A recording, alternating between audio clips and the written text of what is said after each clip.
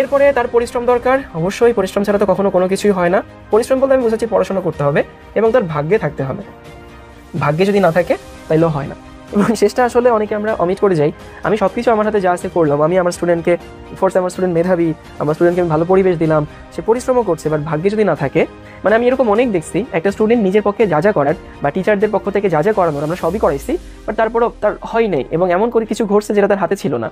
কয়েকটা উদাহরণ দিই, যে সিএনজিতে যাওয়ার সময় সিএনজি নষ্ট হয়ে গেছে, ছোট একটা অ্যাক্সিডেন্ট হয়েছে, পরীক্ষার হলে পৌঁছাতে পারেনি, প্যানিক অ্যাটাক করছে, হলের টিচার হয়তো কোঅপারেটিভ ছিলেন না, ওই সময় থট ব্লক হয়ে গেছে, পাশের স্টুডেন্টটা হয়তো ভালো না, স্যার বলতে 10 মিনিট আছে, তখনই প্যানিক অ্যাটাক শুরু হয়ে গেছে। এরকম হাজারটা কারণ থাকতে পারে। তো আসলে মেধা আমাদের হাতে নাই, এটা বাইবর্ন, যারা প্রকৃত মেধাবী এটা আমাদের হাতে নাই। পরিবেশটাও আমাদের হাতে নাই, মানে স্টুডেন্টদের হাতে নাই। এটা তো আমার ফ্যামিলি আমাকে দিবে। এখন আমার ফ্যামিলি যদি আমাকে দিতে না পারে, তাহলে আমি কি সারাদিন বলবো যে আমাকে দিতে পারো না, দেখে আমি পড়াশোনা করছি না? তো এটা আমাদের হাতে নাই, ভাগ্যটা আমাদের হাতে নাই। আমরা ভাগ্যের জন্য দোয়া করতে পারি, আমাদের হাতে আছে পরিশ্রম। এখন পরিশ্রম কি সবাই করে না? হ্যাঁ, পরিশ্রম হয়তো অনেকেই